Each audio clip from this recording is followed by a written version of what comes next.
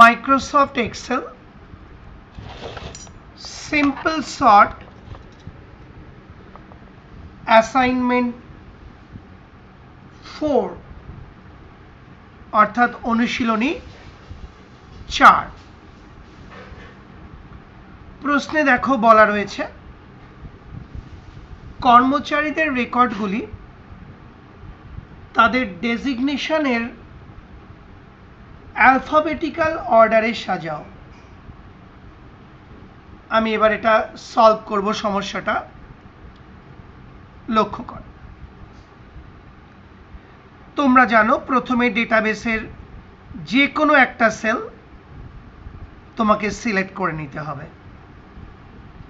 ধরা যাক আমি এই সেলটা সিলেক্ট করলাম, এই যে আমি ক্লিক করেছি, তোমায় দেখিয়ে দিচ্ছি।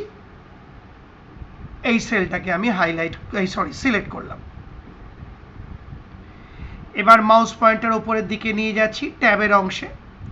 লক্ষ্য রাখো এই ডেটা ট্যাব অ্যাক্টিভেট করতে হবে, জানো তোমরা।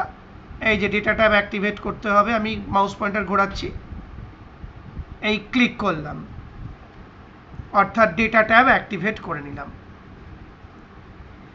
এবার মাউস পয়েন্টার নিয়ে যাচ্ছি সর্ট অপশনটায়, টুলবারেই রয়েছে এই যে সর্ট অপশন,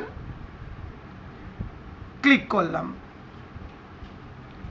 সঙ্গে সঙ্গে সর্ট নামক উইন্ডো বা ডায়লগ বক্সটা খুলে গেছে আমার সামনে।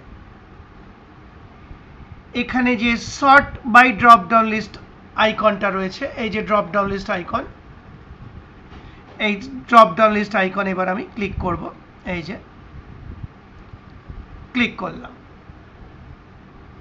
এখান থেকে তোমাকে সিলেক্ট করতে হবে ডেজিগ অর্থাৎ ডেজিগনেশন কলাম, কারণ প্রশ্নে ডেজিগনেশন কলামের উপর সিম্পল সর্ট করতে বলা হয়েছে। আমি তাহলে এই ডেজিগ কলামটাকে সিলেক্ট করব। লক্ষ্য করো আমি ইচ্ছে করেই মাউস পয়েন্টার ঘোরাচ্ছি, ওর উপর দিয়ে বা নাড়াচ্ছি, এই সিলেক্ট করলাম।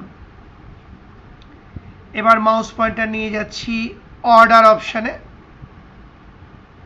তার যে ড্রপ ডাউন লিস্ট আইকনটা রয়েছে, এই যে তোমরা জানো, এই যে ক্লিক করলাম।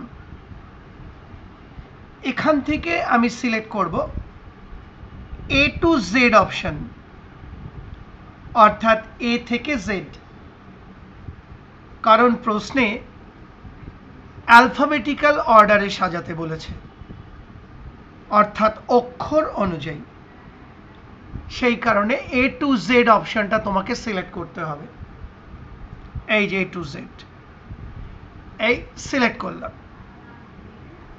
তাহলে কি দাঁড়ালো, সর্ট বাই ডেজিগ, সর্ট অন ভ্যালুজ অর্থাৎ ডেটা ভ্যালুজগুলোর উপর সর্ট হবে, অর্ডার এ টু জেড অর্থাৎ অ্যালফাবেটিক্যাল অর্ডার অনুযায়ী বা অক্ষর অনুযায়ী, অর্থাৎ এ থেকে জেড।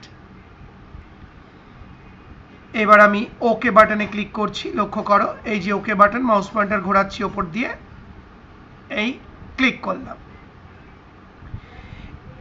এবার এই ডেজিগনেশন কলামের ডেটা ভ্যালুগুলোকে দেখো আমি হাইলাইট করে দিলাম, এ থেকে জেড অনুযায়ী অর্থাৎ অ্যালফাবেটিক্যাল অর্ডারে সজ্জিত হয়ে গেছে। এ, এ, সি, ই, এম এরম করে লাস্টে ওতে গিয়ে শেষ হয়েছে, অর্থাৎ এ টু জেড বা অ্যালফাবেটিক্যাল অর্ডারে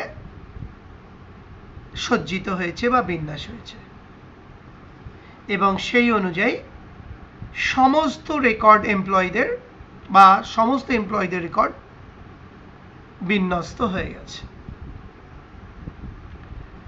আশা করি বুঝতে পারলে। সেই সঙ্গে আমার এই ভিডিওটি অর্থাৎ অনুশীলনী 4 বা সিম্পল সর্টের অ্যাসাইনমেন্ট 4 দেখিয়ে ভিডিওটি শেষ হচ্ছে।